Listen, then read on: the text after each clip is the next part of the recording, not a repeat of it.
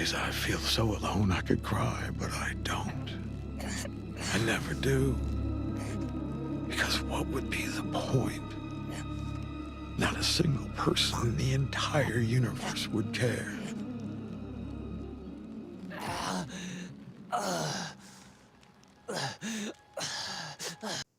Alright, so yeah, I've been waiting for Kawaki to get his limiters removed for 69,000 years at this point, and normally I'd complain about that, but this time around I don't even care, cause this chapter was honestly really good. What's up guys, Slayer here, welcome back to the channel. Boruto TBV chapter 20 just came out and oh my god, has it really been almost 2 years already. It's wild how time flies, bruh. Anyway, before we get into this, I'd like to ask y'all to please like and subscribe to help out the channel. That would be greatly appreciated. Without further ado, let's jump right in.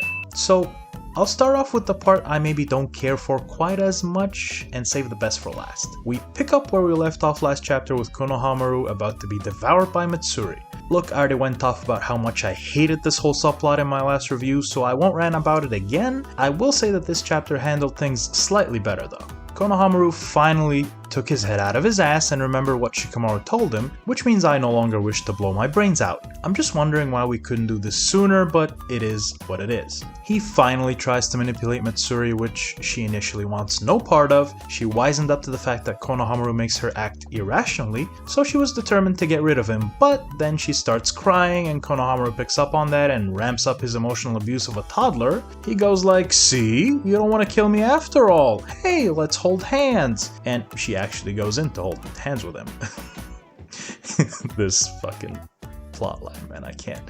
Anyway, he uses this opening to blast her away with 2 Odama Rasengans, but before he finishes the job, he loses his concentration again, and Matsuri manages to stab him. Yeah, my boy Jura put it best. Both of these morons fumbled the bag hard here, and are now compromised because of it. But I will give Matsuri some slack because A, she can just regenerate, so she'll probably be fine, and B, well, she's a literal baby, unlike Konohamaru's grown ass. But yeah, that's basically where we leave things for now. I'm still not crazy about the subplot to be honest, but this was a lot better than last month for sure. Speaking of Jura, by the way, it seems like he can feel what the other Shinju are feeling, which is a cool little tidbit. It definitely adds to the whole hive mind thing they've got going, so yeah. Now, moving on to the meat and potatoes of this chapter, and that's the battle against Ryu. This fight was a lot of fun.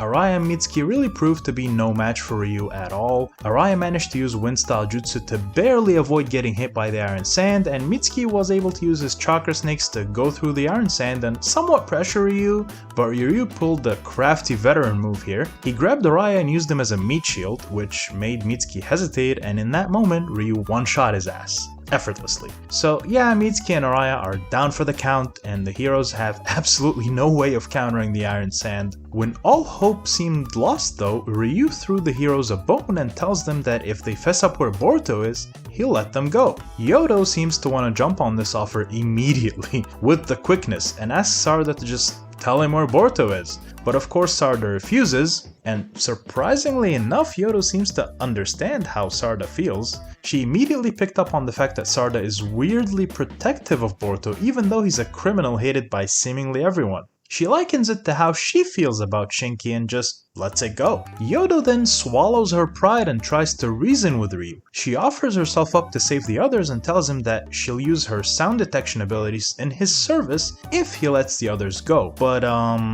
yeah, needless to say, Ryu wasn't having any of it. I guess he just wasn't a fan of all her yapping. So yeah, Yodo's just lying on the ground dying, and I kid you not, man, she gives Sarada an Android 16 speech as if she were Gohan. It was almost 1-to-1, it's kind of insane. Like, think about it for a second, you'll see the vision. I cooked here.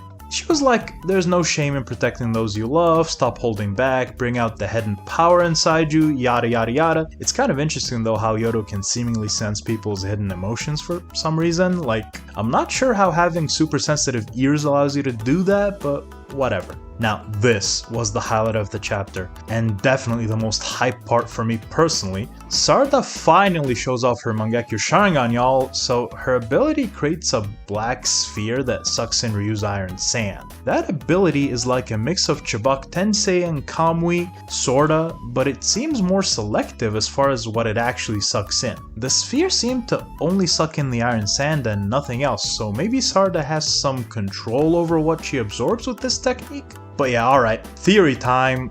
This move seems to be heavily inspired by black holes, if not just outright being a black hole. So Sarada's Mangekyo Sharingan pattern is a sun, right? Black holes are created when a star dies and collapses in on itself. So the star theme is sorta there, especially when we look at her teammates too. Boruto's the sun, Mitsuki's the moon, and Sarada's a black hole, I guess. It kinda fits thematically, so if one of her eyes creates a black hole to suck in attacks and objects, I think the other eye will create a white hole to spit it all back at the opponent, kinda like a star-themed version of Kamui or Momoshiki's absorption technique. It's a little derivative for sure, but it's still pretty cool in my opinion, and honestly, I'm just beyond relieved it's not Amaterasu again. Don't get me started on that shit.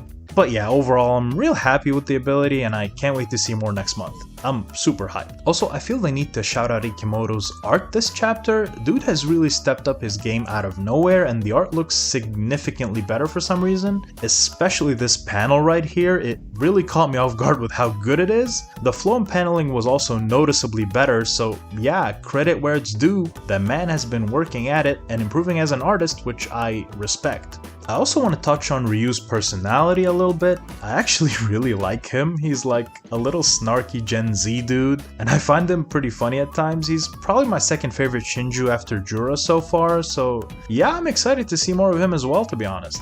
But yeah, man, I really enjoyed this chapter on the whole. I think I'll give it a solid 8.5 out of 10. I'm a Mangekyo Sharingan fanboy, so that may have juiced up the score a little bit, but oh well. With that being said, I hope you guys enjoyed this video.